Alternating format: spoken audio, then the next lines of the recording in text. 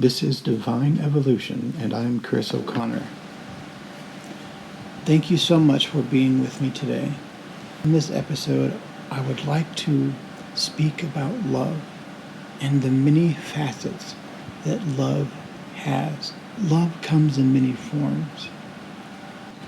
All of humanity is about love.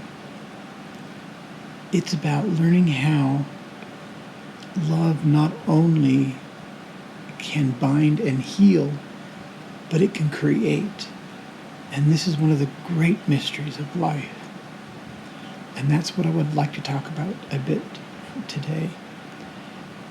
But I'd like to go back all the way to the beginning. And the beginning would be the very moment that God, the Creator, spoke all things into existence, meaning the Big Bang, that very moment of creation when just milliseconds prior there was only the existence of the consciousness of God. And God, having a desire for experience, chose to think a thought, and that thought being that he would take himself and create what would be called intelligent energy. And this intelligent energy is what he spoke into existence. It is the material, the very base materials that were created at the moment of the Big Bang. And those basest first materials is simply a vibration of energy. But it is also intelligent energy because it is the intelligent thought energy that God had when he created the universe. So that intelligent energy, the second step that it took was to use free will. And that in its choosing of free will, what it did was began to change and turn into different densities and different dimensions. And within each of these locations and densities and dimensions, there were certain sets of laws or rules, and that each having its own free will could create. Meaning one density would be like an ethereal or astral density that is more of a spiritual, non-corporeal form of consciousness. But then there were also lower vibrational energies and dimensions and densities that would be more of a tangible terrestrial forms of materials. And that's the universe that we were created in. And we found ourselves through the process of billions of years of recycling these energies that vibrated upon its own free will in some certain ways to create photons. So I guess photon would be the first living thing after the spoken thought that God had when he created the universe. So after the Big Bang, intelligent energy turned into the photon. And the photons are really what made those conscious decisions at the level of consciousness that you can say a photon has, which is very different than consciousness when I say consciousness of you and me, or even our pets, or even a plant. It's a lower form of consciousness, but it vibrated according to its own will. And then it collected with many others. And this process, once intelligent infinity became a photon, the intelligent infinity itself can be called love. The physical interpretation from the feeling of love to the being of love. That is why love is light and light is love, because the photon is a vibration that puts out energy and light. And in combining with other photons, it then combines and creates different elements. And these elements are what combine with other elements to create other materials. And in the vacuum of space, as these materials were shooting out in every direction, there were other processes going on as well. And part of these processes would be matter and antimatter, many of them fighting back and forth, where these photons evolved into these different forms of matter and antimatter, and canceling one another out and creating and recreating and condensing and then turning into gases and then semi-solids to liquids to solids, to every possible element. So love is the capacity not only for an emotional response that you can have for yourselves or for one another, it's also a force of creation. And that is why the thought and love are so remarkably connected. Because you can ultimately, if we were to learn as an individual or a human being or an entire race, learn to bring our minds together, we could create literally anything. The power of our minds, because the love within us, and the love that is directly from the Creator, through the photon, through materials, but also on an antimatter subspatial level as well. These different layers and levels of densities and dimensions interact, and love flows through them all. And love creates, it also destroys.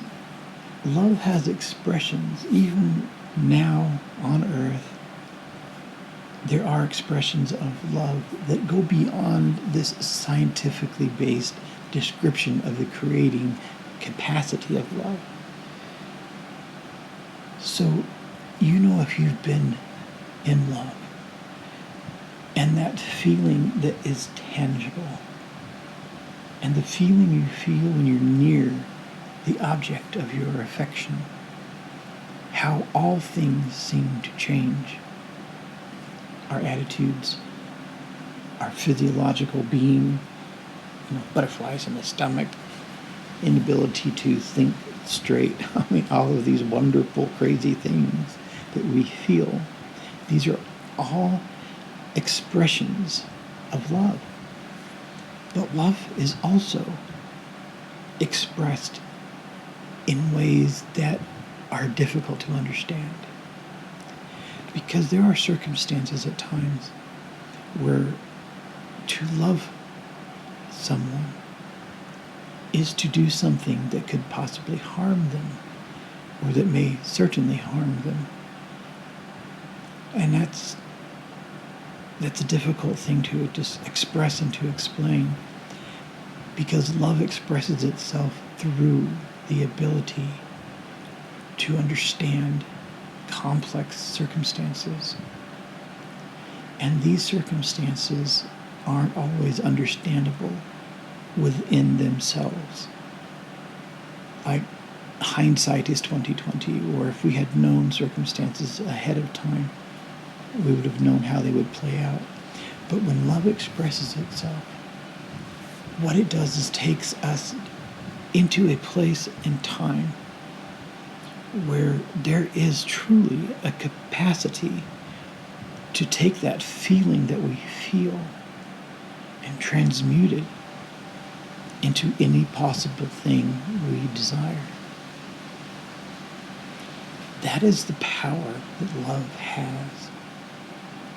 And the facets that love can take are infinite.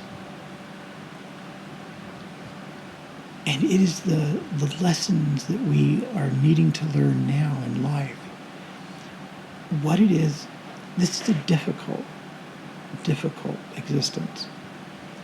This is the worst of all the dimensions, of all the densities. This is the third density that we are currently living in. However, as a side note, we're transposing from the third density to the fourth density on Earth because the photon itself has actually begun to vibrate at a slightly higher rate. This is the scientific fact. And the purpose of that is that we are all evolving. The Earth is evolving. And we are all evolving together, which is why we have to take care of the Earth, because the Earth is also going through an evolutionary process. And we're with it. And I can quickly tell you that there are essentially 8 densities. The first density would be, as I stated, the first stages of material, where the first density could be an amoeba, a single-celled type of creature of any form, any material, as in molecules of water, even lava, a molten base, the very, foundation of material. And that's the first density. The second density steps up from there. And what it does, it goes to more complex beings. And like the lowest stages of a second density would be plants, say simple plants, mosses, algae, and simple animals like the tardigrade versus a single cellular amoeba. And then throughout that second density, these creatures and plants begin to evolve. And throughout this process, we have more complex life, like trees, higher forms of animals, and the most intelligent higher end of the second density would be animals, like pets. It would be like your dog or your cat, because those are the most intelligent and the most interacted with human beings, and therefore they tend to have a greater intelligence and intellect. Say you have a pet dog or a pet cat, and there are moments that you think you connect on a level that this animal is practically a human being. Well, you're exactly right, because probably within another incarnation, or the next one or one or two later, they will evolve from a pet, and they will reincarnate as a human being, the lower base human beings.